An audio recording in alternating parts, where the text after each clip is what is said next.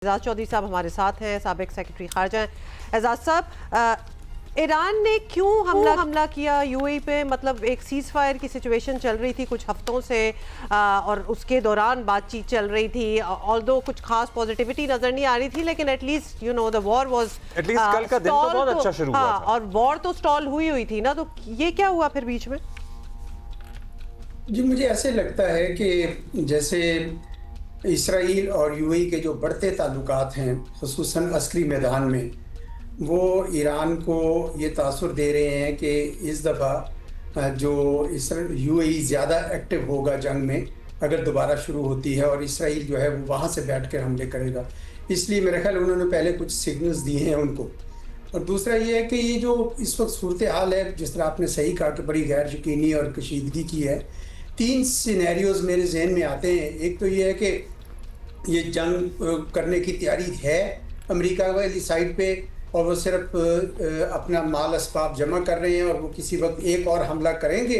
बहुत सारे मैंने एनालिस्ट को पढ़ा है कि उनका ख्याल है कि वो एक और हमला करेंगे, क्योंकि उनके ख्याल में ईरान इतना कमज़ोर हो रहा है, उसकी ऑयल एक्सपोर्ट्स नहीं हो रही, उसके अंदर मुल्क में इन्फ्लेशन है, मुल्क के अंदर जो करेंसी डीवैल्यू हो रही है, लोग दिल बर्दाश्त हो रहे हैं, तो चुनाचे एक हमला और कर लिया जाए तो नेगोशिएट करेंगे अच्छी टर्म्स उसके बाद।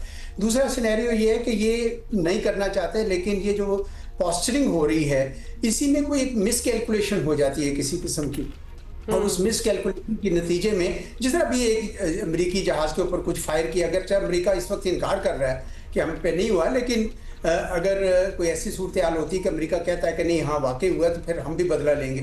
तो इस तरह अगर टिट फॉर टैट करते करते ये चीज़ दोबारा फ्लेयर अप हो जाती है, तो वो भी सारी यानी तकरीबन जंग की शक्ल ले लेगी।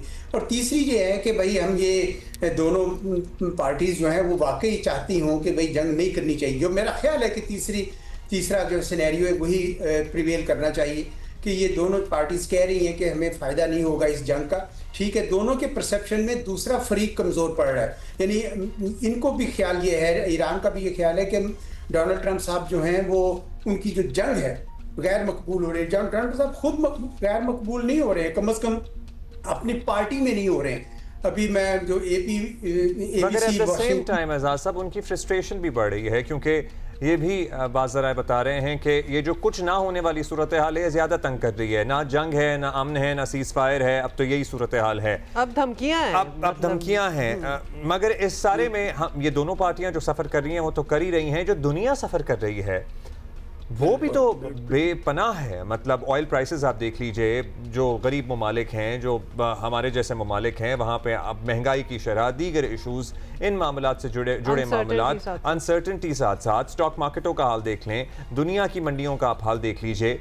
मतलब सारी दुनिया ये चाहती है कि मामला किसी तरफ लगे। क्या लगता है, हम अभी कोई टाइमलाइन दे सकते हैं, या ये अनसर्टनिटी इसी तरह बरकरार रहेगी चंद हफ्ते चंद महीने में भी, और फिर तो जो मुआशी बहरान आएगा वो संभाले नहीं संभलेगा?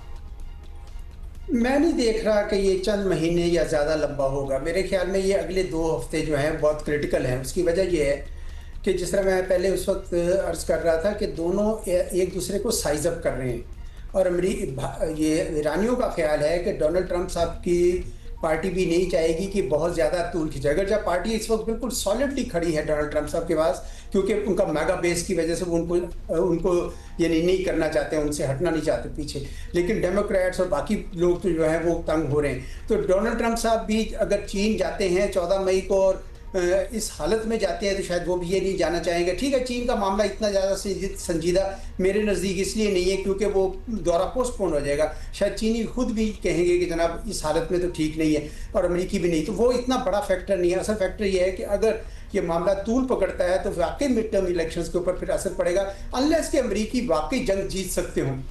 तो ईरानियों का ख्याल है कि वो जंग नहीं जीत सकते हैं, अगर वो हमला करते हैं तो हम बर्दाश्त एक बार कर लेंगे। दूसरी तरफ अमेरिकियों का भी ये ख्याल है, डोनाल्ड ट्रंप साहब के कम अज़ कम जो इर्द गिर्द हैं, जो हॉक्स हैं, जिस तरह पीट हेग्सेट हैं और इस तरह के जो लोग हैं, वो ये समझते हैं कि ईरान कमज़ोर पड़ रहा है और इस वक्त मारने का वक्त है, इस वक्त उनको मारना चाहिए। अगरचे मैंने सुना है कि जेडी वैंस और दूसरे लोग हैं वो थोड़ा सा कॉशन शो कर रहे हैं इसमें, तो गोया एक दूसरे की बैटल ऑफ यानी नर्व्स हैं जो टेस्ट हो रही है, नर्व्स के पहले। अच्छा एजाज चौधरी साहब, अब we still want to understand why Iran would target UAE again. یہ کیا مطلب اب یہ انسائٹ کرنے کی کوشش کریں جب سیز فائر چل ہی رہا تھا، نمبر 1. نمبر 2، سیز فائر ایک اسرائیل اور لبنان کے بیچ میں بھی ہوا تھا کچھ عرصہ پہلے، لیکن وہ سیز فائر آپ کے سامنے ہی ہے کہ وہ کیا ہے، وہ ابھی بھی ان کو اٹیک کر رہے ہیں all that. Is this in retaliation to that Iran said کہ پھر ہم بھی کریں گے، اگر یہ وائلیشن ہو ہی رہی ہے تو ہم بھی ادھر کریں گے؟ اس بات کی نہیں سمجھ آ رہی. اور دوسری بات، کیا یو اے اب اوبیسلی کافی بیٹر ہوا ہے، سب سے زیادہ باقی سارے خلیجی ممالک میں یو اے جو ہے اس پہ اٹیک زیادہ ہوئے ہیں. ابھی اس لل کے بعد یہ تو 2-3 ہفتے کا بھی ذرا سیز فائر پیس پیریڈ تھا، whatever you want to call it, اب آپ کو لگتا ہے کہ یو اے کا پیشنس بھی ختم ہو گیا ہوگا and they'll probably want to attack back؟ میرا نہیں خیال جی، یو اے کے پاس یہ چوائس نہیں ہے. جس دن یو اے نے یہ کام کیا اس دن یو اے کے اپنا حال جو ہے نا بہت برا. دیکھیں ابھی تک تو ریسٹرینٹ رہی ہے بہت حد تک، یعنی ان کے سویلین انفراسٹرکچر پہ یا ان کی آئل فیسلٹیز پہ حملہ نہیں کیا گیا. حتیٰ کہ سعودی عرب کی ایک جبیل پہ ہوا تھا، لیکن ان کے کوئی نہیں ایسا ہوا تھا.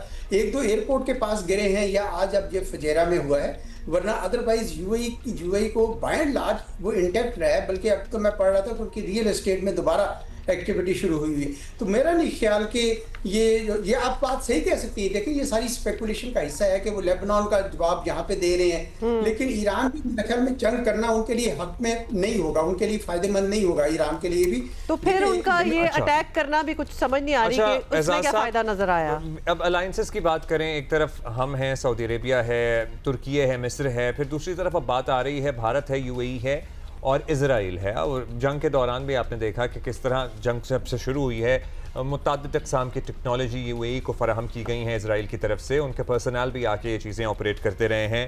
یہ جو سرد مہری کا تاثر ہے between Pakistan and U A E اور ہمارے تاریخی تعلقات ہیں، دیرینہ تعلقات ہیں، یہ ٹیمپرری ہے، یہ پرماننٹ ہے، اب یہ شفٹ ہے ان دا فارن پالیسی، کیا ہم اسے سمجھیں؟ مجھے تو ایسا لگ رہا ہے جی کہ یہ کافی بڑا شفٹ آ گیا ہے. اس کی وجہ یہ ہے کہ 2012 سے مجھے یاد ہے کہ یو اے ای پاکستان کے ساتھ ذرا تھوڑا سا سرد رویہ رکھنے لگ گیا تھا. اس کی وجہ یہ کہ یو اے ای کا یہ خیال تھا کہ یہ جو فلسطین کے مسئلے کے اوپر خام خام وقت ضائع کر رہے ہیں، ہمیں اسرائیل کی اجارہ داری مان لینی چاہیے، اور اس کی وجہ یہ ہے کہ اس کی بیکنگ کر رہا ہے امریکہ، اور امریکہ کے ساتھ جڑ جانا چاہیے. اسی لیے انہوں نے I2U2 کا جو منصوبہ کیا تھا وہ یہی تھا نا، India Israel U S and U A E, اور وہ بالکل اس کے اوپر قائم ہے. ابھی بھی ان کی جتنی اسٹیٹمنٹس ہیں وہ سب کا سب یہ انڈیکیٹ کرتی ہیں کہ وہ انہوں نے اپنا پلڑا مکمل طور پر اسرائیل اور امریکہ کے اوپر پھینکا ہوا ہے. ان کا یہ خیال ہے کہ ان کو جو آئرن ڈوم مل رہا ہے اسرائیل کا، یعنی اسرائیل اگر آئرن ڈوم دے رہا ہے تو نیچرلی اپنی پورا کا پورا بیس لے کر آیا ہوگا نا ساتھ. جی بالکل، آپریٹرز بھی آئے ہیں. جی تو اس وجہ سے مجھے لگتا ہے کہ U A E has chosen its side. وہ نہیں کرنا چاہتے، وہ ہیجنگ نہیں کر رہے ہیں، وہ کہتے ہیں یہی ہماری سائڈ ہے اور اس کے ساتھ ہم رہیں گے. تو پاکستان چونکہ ان کو یہ نظر آتا ہے کہ پاکستان کا جھکاؤ جو ہے وہ خاصی حد تک جو ہے وہ سعودی عرب کی طرف ہے، اور ساتھ ہی ساتھ وہ ایران کے ساتھ بھی تعلقات رکھنا چاہتا ہے. تو دونوں صورتوں میں یو اے ای کو لگ رہا ہے کہ پاکستان ہمارا جو دوست نہیں ہو سکتا. آپ کو یہ بھی یاد ہوگا کہ OIC میں کبھی بھارت کو بلایا نہیں جاتا تھا. تو یو اے ای میں پہلی بار ایسا ہوا تھا کہ یو اے ای میں انہوں نے ان کے فارن منسٹر کو بلایا. تو ہم نے ان کو کہا کہ جناب یہ ایسا نہیں ہوتا کہ ایک جو وائلیٹر ہوئی OIC کے ریزولوشنز کا اس کو بلائیں. تو انہوں نے کہا آپ نے اگر نہیں آنا تو آپ نہ آئیں، ہم تو بلا رہے ہیں، ہم ان کو انوائٹ کر چکے ہیں. یہ سشما سوراج صاحبہ کو کیا تھا. تو یو اے ای کا جو ہے رویہ آج سے نہیں ہے، یہ کافی عرصے سے ہے. بڑا اچھا آپ نے یاد دلا دیا آپ نے. تھینک یو اعزاز چودھری صاحب. We are trying to make sense of what's happening because a lot of shifts are happening. تو اس کا obviously آگے کیا اثر پڑ سکتا ہے.